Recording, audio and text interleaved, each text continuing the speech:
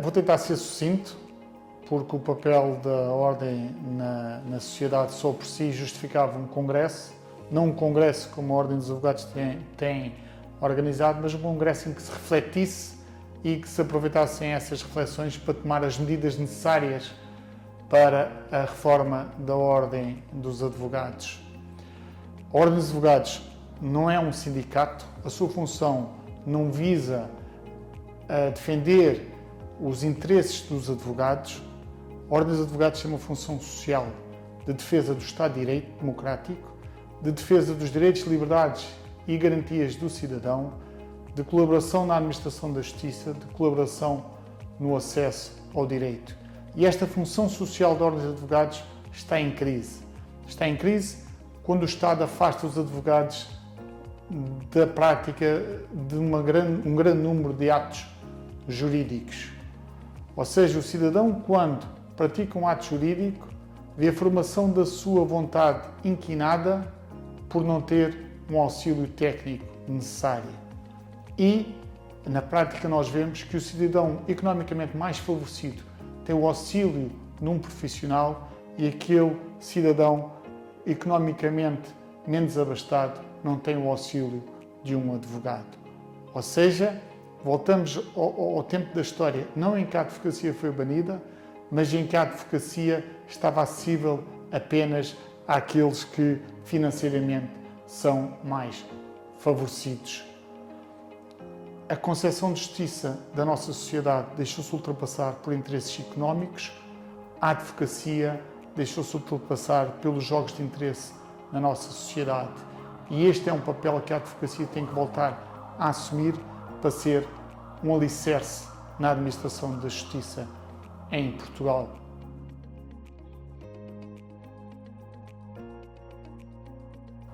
Um dos momentos mais marcantes dos meus mandatos foi necessariamente a construção da sede da Ordem dos Advogados, a sede da Ordem dos Advogados do Conselho Regional de Faro.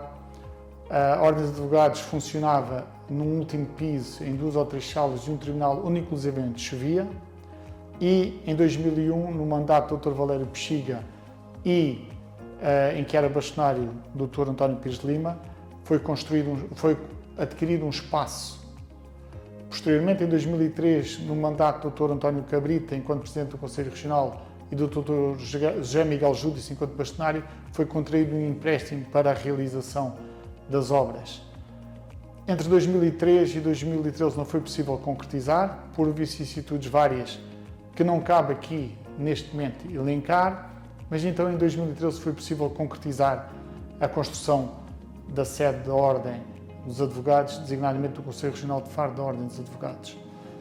E nós temos um orçamento baixo, na altura era cerca de 2% do orçamento da Ordem, e foi-nos exigido, pela função, que organizássemos formação adequada, organizássemos o acesso ao direito, dotássemos o Conselho de Deontologia das verbas necessárias ao seu funcionamento e ainda que liquidássemos o empréstimo e as obras e os equipamentos necessários para a concretização da sede do Conselho Regional de Faro.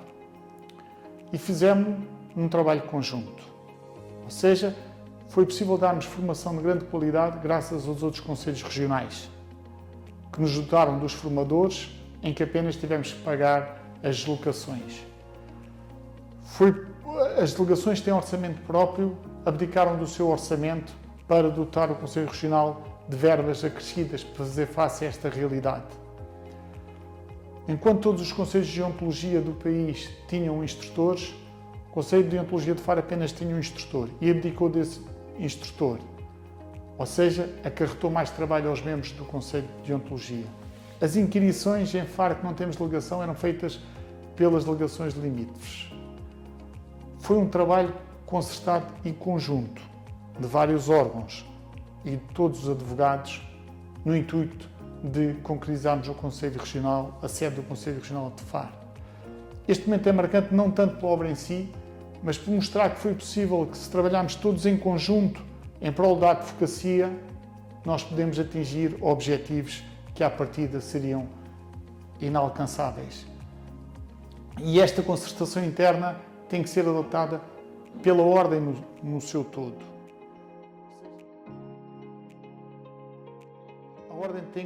tem que trabalhar em conjunto e modernizar-se.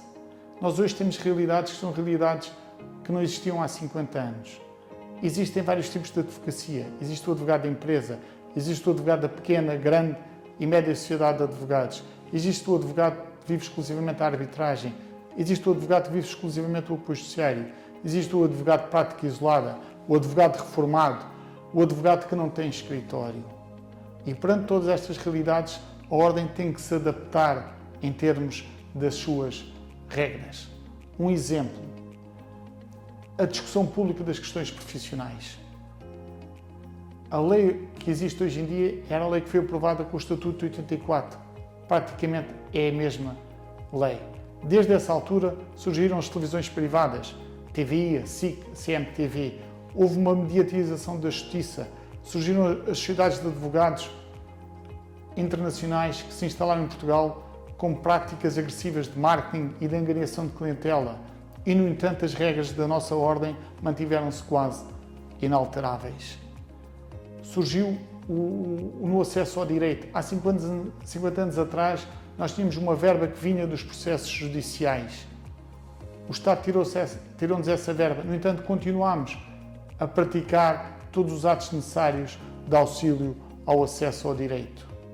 E essas verbas, que são dezenas de milhares de euros por ano, saem do orçamento da Ordem, saem das cotas dos advogados, saem do bolso de cada um de nós. Nós temos que refletir sobre todas estas matérias. E, portanto, o passo essencial para a Ordem se tornar ouvida no âmbito da justiça é, primeiro, refletirmos sobre o nosso papel, reformarmos a Ordem e depois a Ordem poder deixar de ser inócua na administração da justiça e ser um pilar fundamental na justiça em Portugal.